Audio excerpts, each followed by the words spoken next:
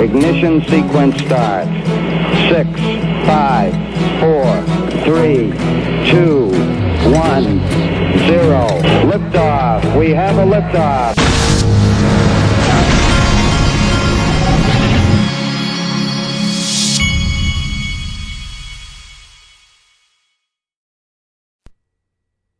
Hey everybody, this is the Digital Asset Investor, and I wanted to start this video by playing you this clip from Gold Telegraph. Listen to this. Level. We have not been on such a path for some time, which just means that the debt is growing faster than the economy.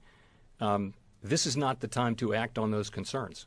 This is the time to use the great fiscal power of the United States to do what we can to support the economy and try to get through this with as little damage to the longer run productive capacity of the economy as possible. The time will come again, and reasonably soon, I think, where we can think about a long-term way to get our fiscal house in order, and we absolutely need to do that. But this is not the time to be, in my personal view, this is not the time to let that concern, which is a very serious concern, but to let that get in the way of us winning this battle, really. Right. They're never going to address it, is what that means. Keep kicking the can down the road. Now, Sir Gordon, at Gordon Gecko 369, reminded me of this little clip. This, I believe it was around 8 weeks ago when Donald Trump said this. So we have many exciting things that we'll be announcing over the next 8 weeks, I would say. Things that nobody has even contemplated, thought possible, and things that we're going to get done, and we have gotten done. We've started in most cases, but it's going to be a very exciting 8 weeks. 8 weeks, like I think, Mike, we can honestly say nobody's ever going to see 8 weeks like we're going to have, because we really have. We're taking on immigration, taking on education, we're taking on so many aspects of things that people were hopelessly tied up in knots in Congress. They've been working on some of these things for 25, 30 years. Wasn't happening. But you'll see levels of detail, and you'll see levels of thought that a lot of people believed very strongly we didn't have in this country. We're going to get things done. We're going to get things done that they've wanted to see done for a long, long time. So I think we'll start sometime on Tuesday. We'll be discussing our one plan on suburbia, but that's one of many, many different plans. Then we're going into the immigration, the world of immigration, the world of education. We're going into the world of healthcare, very complete healthcare. And we have a lot of very exciting things to discuss. But cutting of regulation has been really something that I felt we could do, and we could do fairly easily. Nothing's easy in this country. We had statutory requirements where we'd do phase 1 and then we'd have to wait 90 days. We'd do phase 2 and we'd have to wait 60 days. We'd do phase 3 and we said, let's do phase 4. Sir, I'm sorry, you have to wait 1 year. Okay, so anyway, something interesting is coming, so I thought that was pretty cool. Now, Steve Gulbranson tweeted this out. You know, the market's been tanking the last couple of days. Just so you know how I view these types of things, is I bought some yesterday. I bought XLM, XRP, gold over the last couple of days. I buy the dips. Now, that's because I believe that this is all much bigger than any of us truly. Well, it's not bigger than I realize because I know exactly what's going on at this point. But it is bigger than most people think. Most people look at this and they look at CoinMarketCap and they, oh, digital currency's neat. No, I believe this has been planned by governments around the world for many, many years, and we're just now seeing this being initiated. And I'm going to show you that in this video. But he says, don't panic. XRP is still following Bitcoin, but there will come a day when all of that will change. Patience is a virtue. The value's in the protocol, folks. The price on CoinMarketCap and all that stuff is a distraction. If you take a step back and you look at what's really been going on, which I'll show you in this video, it's a big eye-opener, and it'll make you realize that when the powers that be are ready, when things are really ready, this is just going to happen, and it's probably going to shock a lot of you, and it's going to shock the world. Now, but just to prove my point, just a little reminder here. Remember, everything's still following Bitcoin, just like Steve Gulbranson said. Remember this from back October 22nd, 2019. Chris Giancarlo, who at the time, well, no, he was ex-CFTC chair at the time too, but he's the same guy who's running the Digital Dollar Project, and he works for a law firm that has hired Ripple.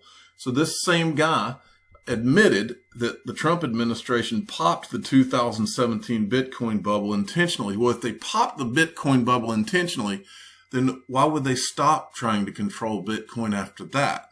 Okay. So don't think for a minute that this is like that Bitcoin was created by some guy in his bathroom, Satoshi Nakamoto, and that just, oh yeah, it's just out there and they're just going to let the markets do what they're going to do. They told you, they laid it out very clearly what they were doing. One of the untold stories of the past few years is that the CFTC, the Treasury, the SEC, National Economic Council director at the time, Gary Cohn, believed that the launch of Bitcoin futures would have the impact of popping the Bitcoin bubble, and it worked. Now, just as a side note, okay, Gary Cohn this is the same guy.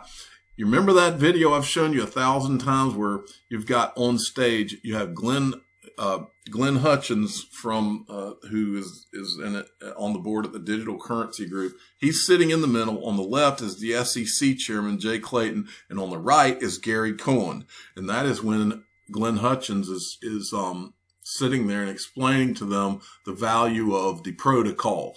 And he's sitting there schooling them. Well, this is the same guy that was involved in helping to pop this Bitcoin bubble. Well, if you go along here, it says we saw a bubble building and we thought the best way to address it was to allow the market to interact with it. Giancarlo told the crowd. I'm just reading you a few of the quotes. The CFTC staff handled it strictly on procedural grounds. I love all this official talk. But at the leadership level, I communicated with Treasury Secretary Steve Mnuchin and NEC Director Gary Cohn, and we believed that should Bitcoin futures go forward, it would allow institutional money to bring discipline to the value of the cash market. Giancarlo told CoinDesk, and that's exactly what happened. So they called it bringing discipline to the Bitcoin market, right? Now, there's a video that you need to go watch. It's from Darren XRP. Let me pull him. He's actually at Fame21More. You should follow him on Twitter and go and follow his website. I'm sorry. Go to his YouTube channel. Let me click on it and I'll let you see it just so that you know where to go. Let me pull this. I got yelling kids in the background. Okay, Darren Moore Jr., give him a subscribe. This video he did called War Games and Lawrence Summers, How This Is All Planned. China released their CBDC. We are prepared, XRP. And what he is saying in this video is basically kind of what I'm saying here, which is the U.S., this has been a plan for a long time. And you don't have to really stare at this for too long to figure this out, folks. But I'm going to show you.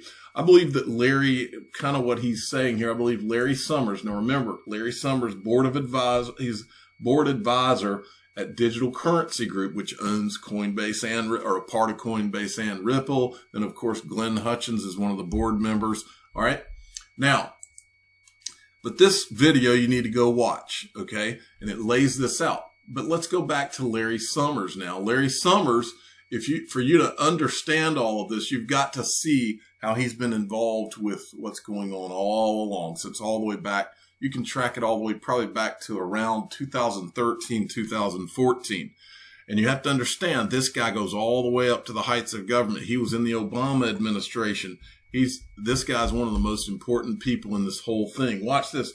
These are the digital currency wars. I've shown you that on this channel before. Digital currency wars, it was a war conducted at Harvard where they ran a war game of China getting a digital currency back in 2019. Here, the president's going to have to approach Xi Jinping. They actually created a situation room at Harvard to do this. And And look who was there. There's Larry Summers right there, former Secretary of the Treasury. There are a couple of goals of the event. One I'm not going to was play this showing- whole thing. I just wanted you to see they actually played the whole thing out. Okay, and then let's just look back. This is May 2016. Larry Summers. Overwhelmingly likely this will change finance forever. And this is I'm reasonably confident that the blockchain will change a great deal of financial practice and exchange, he said Tuesday from the Consensus 2016 event in Midtown Manhattan. 40 years from now, blockchain and all that followed from it will figure more prominently in that story than will Bitcoin. And then here's an article. Hsbc forms Tech Advisory Board. This is when they put Chris Larson on the Tech Advisory Board.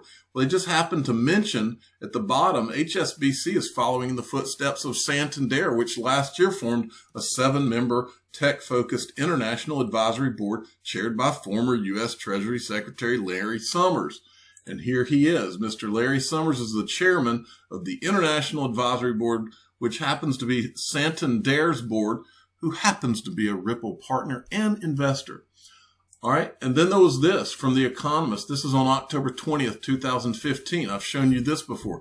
The Buttonwood, a financial and economics forum. If you go down and you look at who is at this forum, you have Chris Larson, Chief Executive Officer, Ripple Labs, Barry Silbert, founder, Digital Currency Group, Larry Summers, President Emeritus and Charles W. Eliot University Professor of Harvard University. And then you got this Ripple tweet from back April 30th, 2014. Larry Summers, finance is ripe for disruption. Ripple tweeted that out. Then this is recently, September 3rd, 2020. I'm speaking on innovation in times of crisis at the New Digital Age Post-COVID-19 conference on Wednesday. The New Digital Age. And then there was this. Summers against big bills. This is from back April 29th, 2016. It says Larry Summers, an American economist who is currently a University of Harvard professor, has become an advisor to the Digital Currency Group. This advisor is well known for his role in ranking government positions. In the 90s, he became Secretary of the Treasury and worked with the Clinton administration until the end of the president's term. Summers also engaged with many leaders at times of global economic crisis. This included the 94 financial crisis in Mexico, 97 Asian economic problems, and also during Russia's hardships. His role in the global economy and his position with the Treasury shows Summers as a fan of central planning, quite the opposite of the core foundations of decentralizations the cryptocurrency Bitcoin was based upon.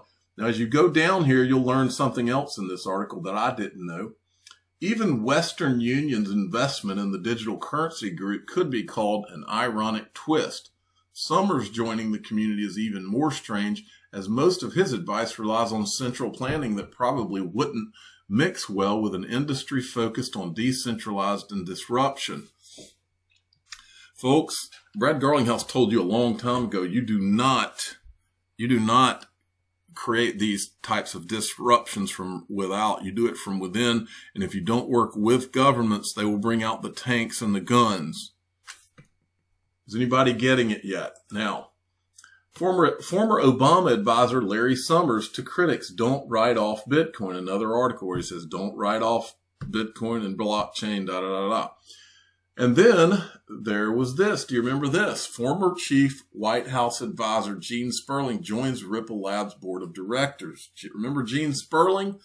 Well, that's Gene Sperling behind Obama right there, and that is Larry Summers. Okay? This might have to be my thumbnail. And there, that just happens to be Timothy Geithner, who was at the New York Fed during the 2008 financial crisis, which I believe has everything to do with digital currencies. Now, I ran across an interesting, when I was doing some research today, this is a little clip that I had never seen, or I don't remember seeing it, from Susan Athey, who is also on Ripple's board. Watch this. Ripple or Dogecoin or something, but the efficiencies in digital currency are just, you can't, this is not going to go backwards.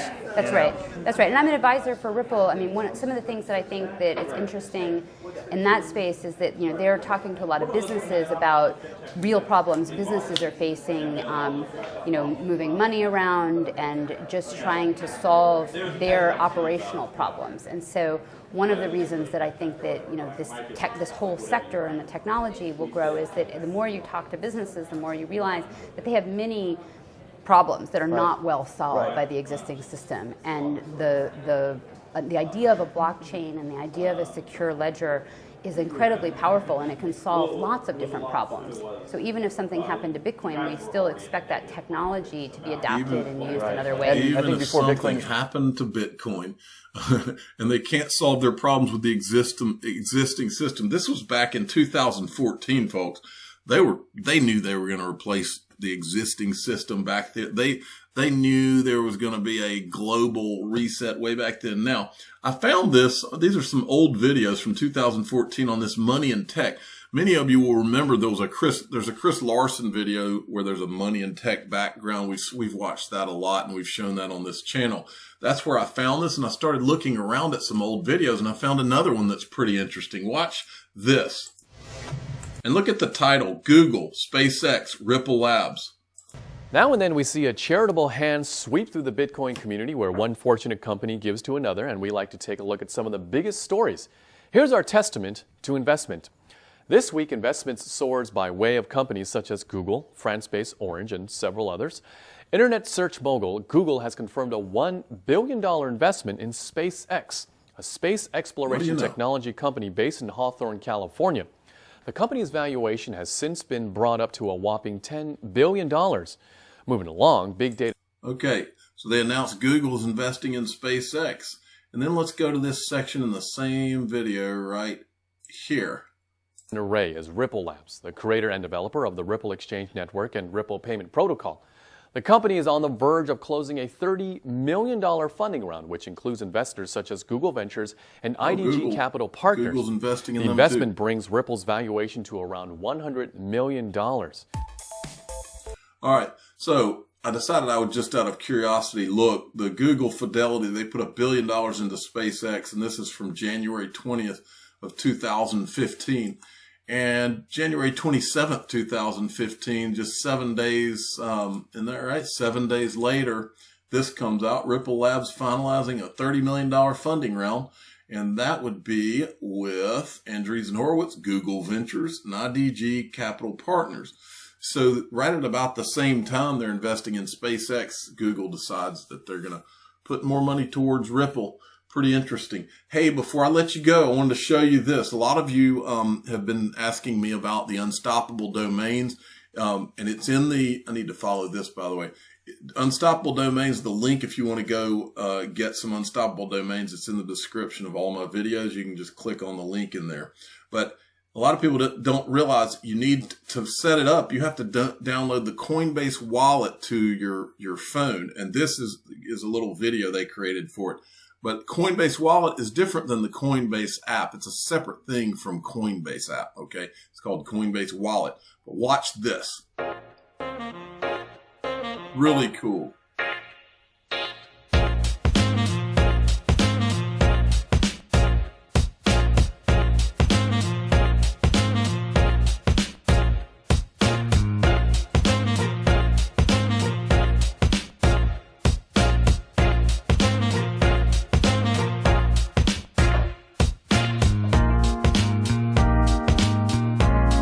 How you can add all the different crypto addresses.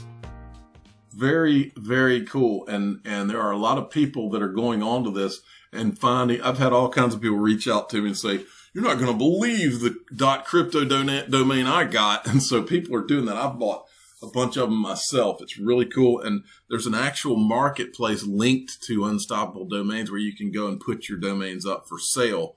And we talked the other day about how sex.crypto sold for $90,000. That is crazy. I'm the digital asset investor. I'm not an investment advisor. This is for entertainment purposes only. Please subscribe, hit the like button, tell your friends and family. to go in the description of my video and get their unstoppable domains. Thanks for listening.